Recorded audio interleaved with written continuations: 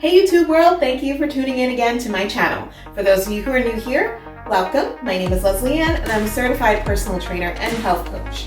In today's beginner core series, I'm going to be showing you 5 exercises that can be done at home or in the gym.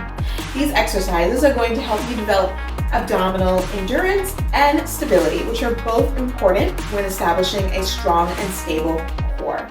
So, you want to ensure 3 things are always in check. Your pelvis, which should be posteriorly tilted. Tuck the hips down and under to avoid anterior pelvic tilt, which will help avoid using the lower back. Secondly, we want to contract the muscles to create a rigid midsection, which is going to protect the spine. Here is my midsection relaxed, and here it is properly engaged, pulling my belly button in hard. Lastly, the position of the head should be as neutral as possible, leaving open space for the neck, not tilted too far back or down. It should feel natural without strain or cramping. If that happens, readjust or stop.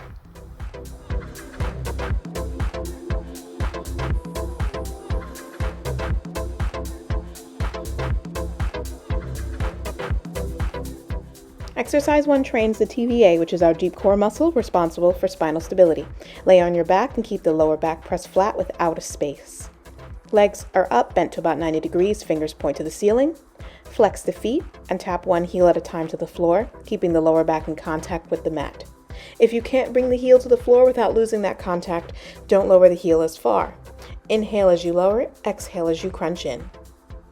For exercise 2, place your hands, palms down under the lower back and top of your glutes. This will help my beginners keep their lower back flat. Draw the legs up, bend the knees, keep the neck long, and extend one at a time. For exercise 3, using the same form principles as the previous one, lift one leg at a time slowly and with control. Imagine the abs contracting to draw the leg up. For exercise 4, in a high plank hold, draw the knees to the chest slowly. An appropriate and very effective cue for this position is to contract the quad muscles. This helps strengthen and stabilize your plank.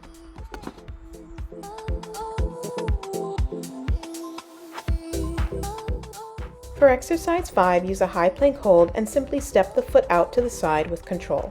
There's always something in the way in my room, so for yourself, ideally, find a clear spot.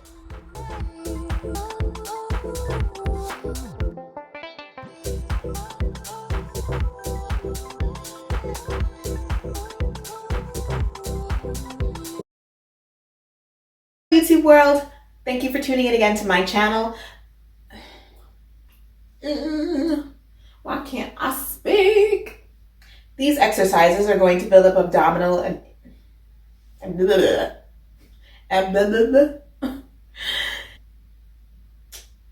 oh my god.